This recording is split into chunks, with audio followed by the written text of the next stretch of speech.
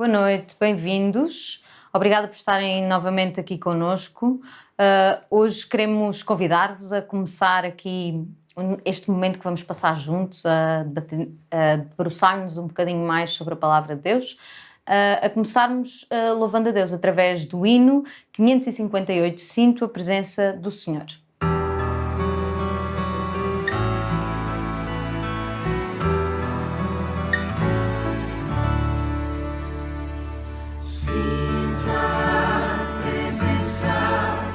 Senhor, neste lugar, seu poder e sua graça, seu amor, posso ver em cada face sua beleza irradiar, sinto a presença do Senhor.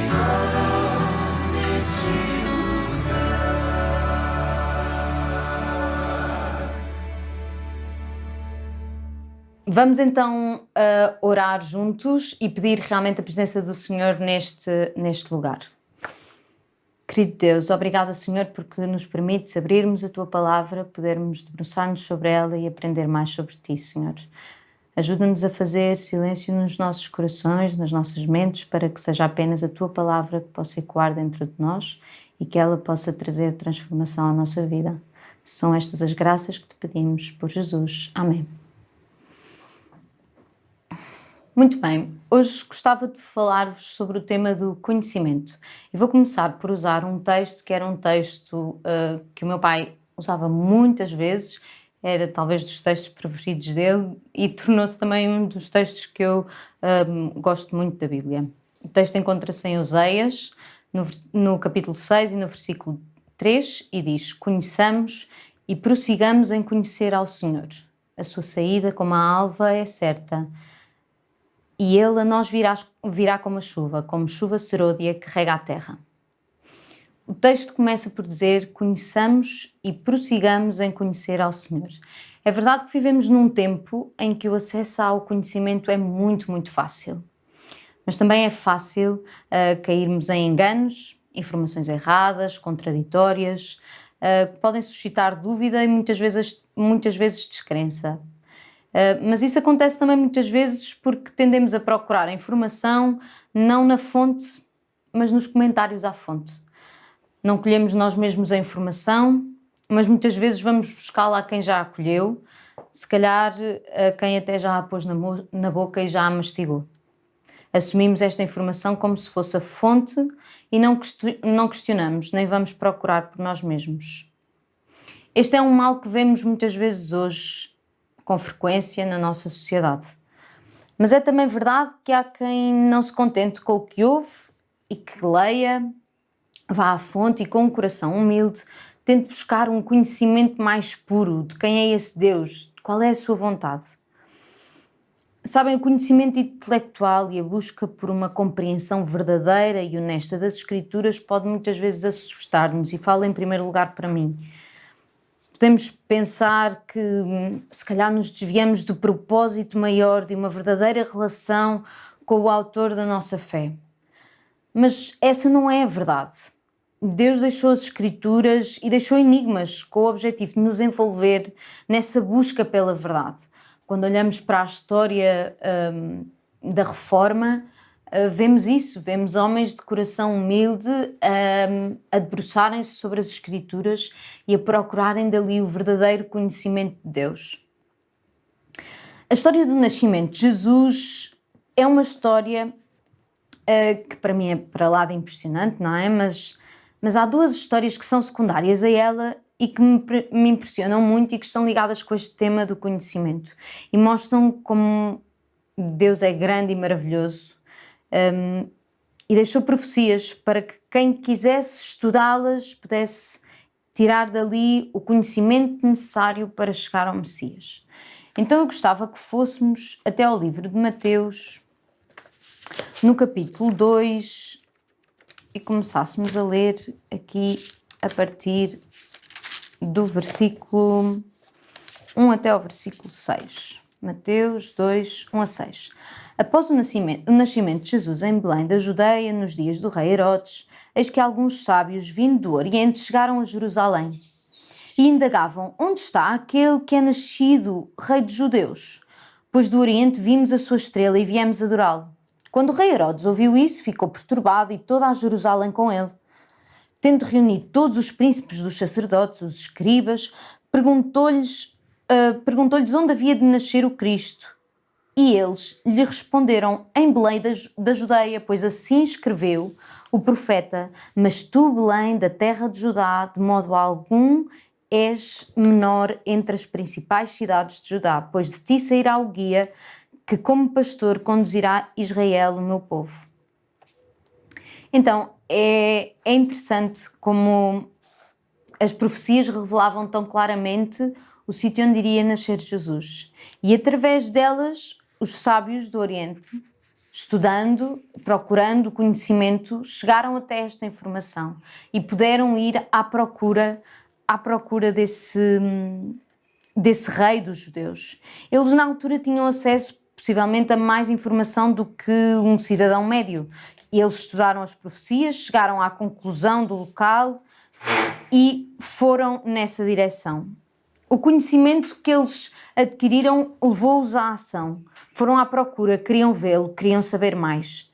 Até porque talvez a ideia que eles tinham do rei dos judeus talvez não fosse totalmente correta.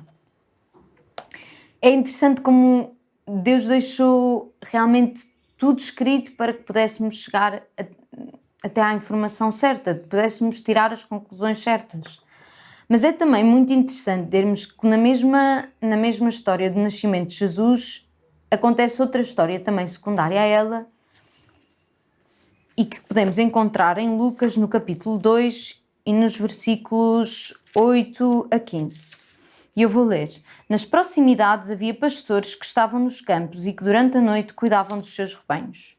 E aconteceu que um anjo do Senhor apareceu-lhes e a glória do Senhor reluzindo os envolveu, e todos ficaram apavorados. Todavia o anjo lhes revelou: não temais, eis que vos trago boas notícias de grande alegria e que são para todas as pessoas. Hoje na cidade de Davi vos nasceu o Salvador, que é Messias, o Senhor. Isto vos servirá de sinal: encontrareis um recém-nascido envolto em panos e deitado sobre uma manjedoura. E no mesmo instante surgiu uma grande multidão do exército celestial que se juntou ao anjo e louvaram a Deus, entoando: glória a Deus nos altos céus e paz na terra às pessoas que recebem a sua graça. Quando os anjos partiram e foram para os céus, os pastores combinaram entre si: vamos até Belém e vejamos este acontecimento que o Senhor nos deu a saber. Estas eram pessoas bastante diferentes, mais humildes, se calhar com muito menos acesso à informação do que teriam os magos. No entanto, não sabemos sobre o que é que eles estariam a falar, ou se calhar a sede que tinham de conhecimento e da vontade que tinham de conhecer este Messias que sabiam que as Escrituras falavam. A verdade é que esta história mostra-nos também um bocadinho aquilo que é essa maravilhosa graça de Deus, que para aqueles que se calhar não têm a capacidade ou acesso à informação total, completa, Deus sempre arranjará a forma de nos levar ao conhecimento completo daquilo que é a sua vontade. E isto foi o que aconteceu com os pastores.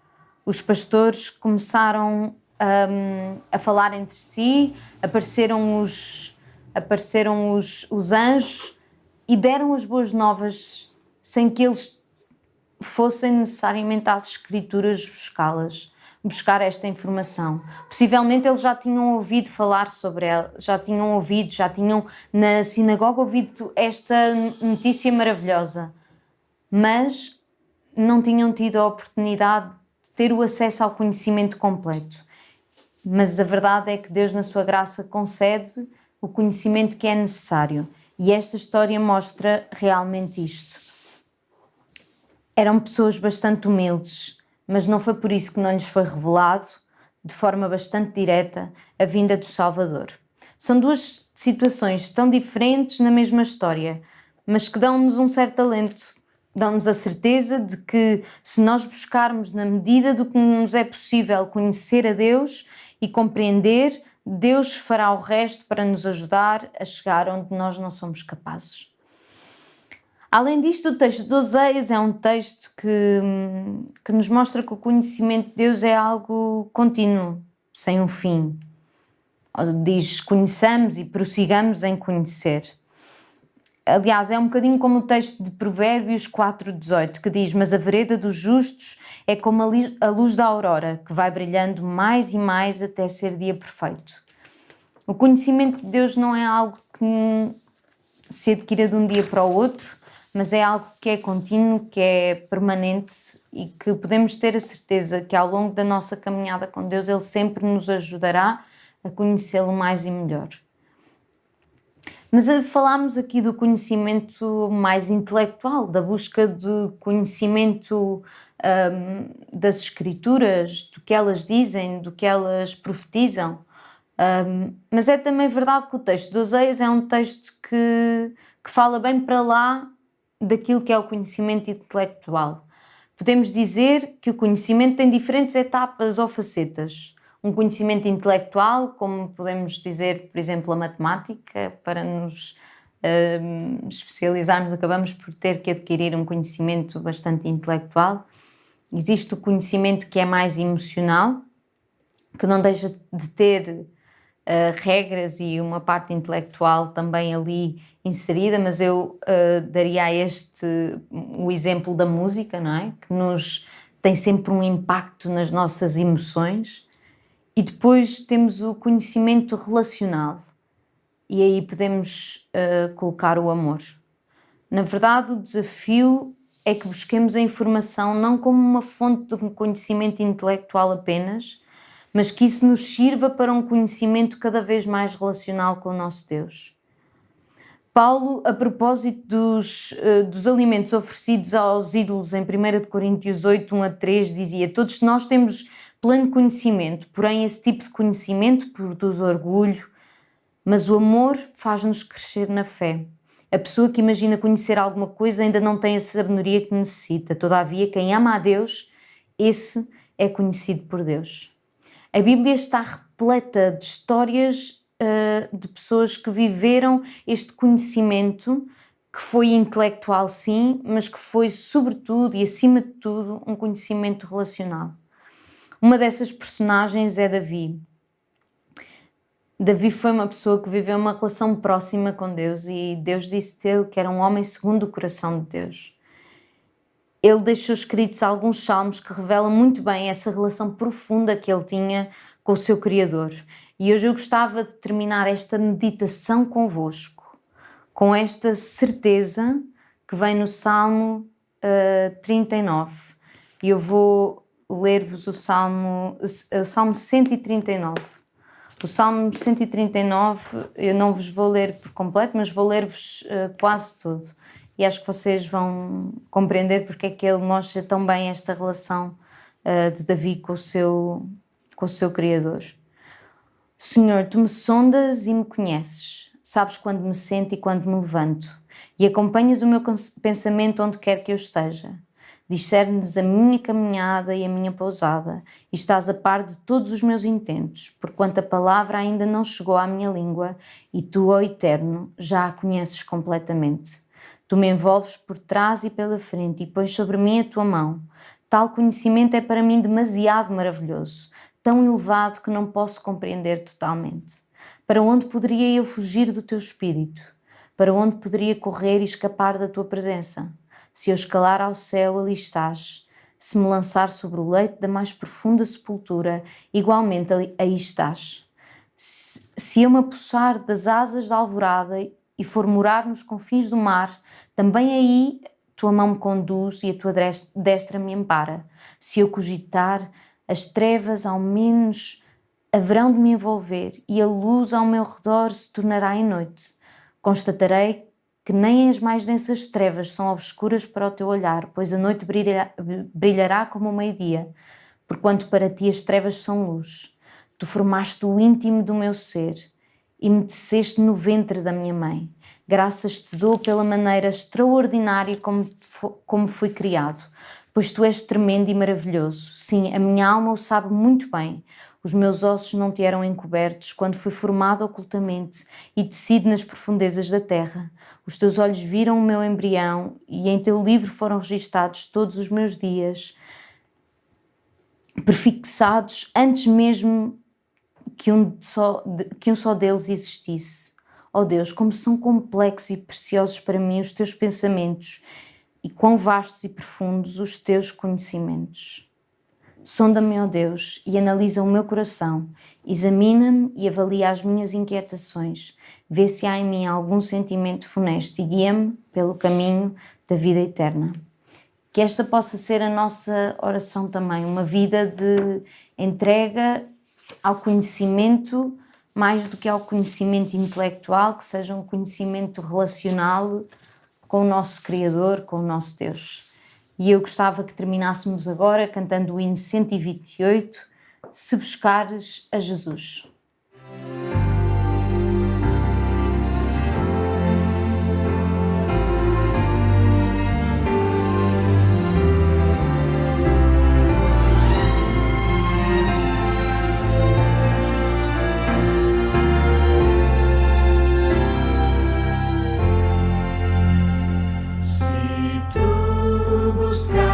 A Jesus encontrarás o Salvador, a ti virá manhã de luz e paz em seu amor.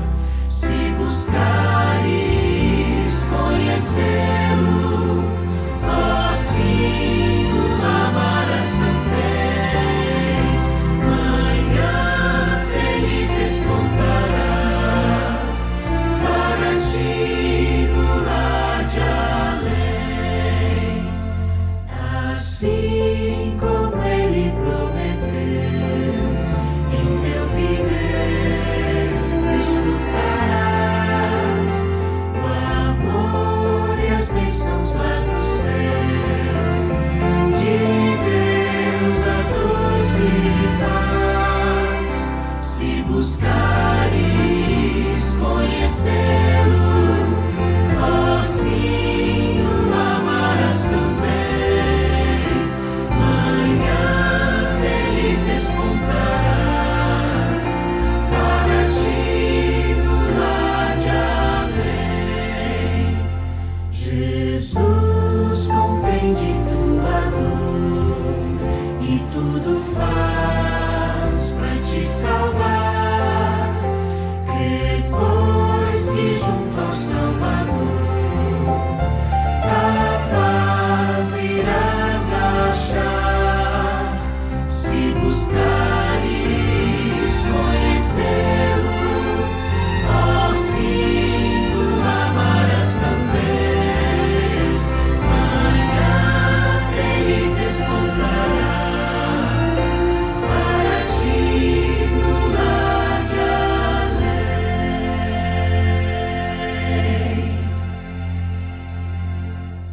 Vamos terminar com uma oração.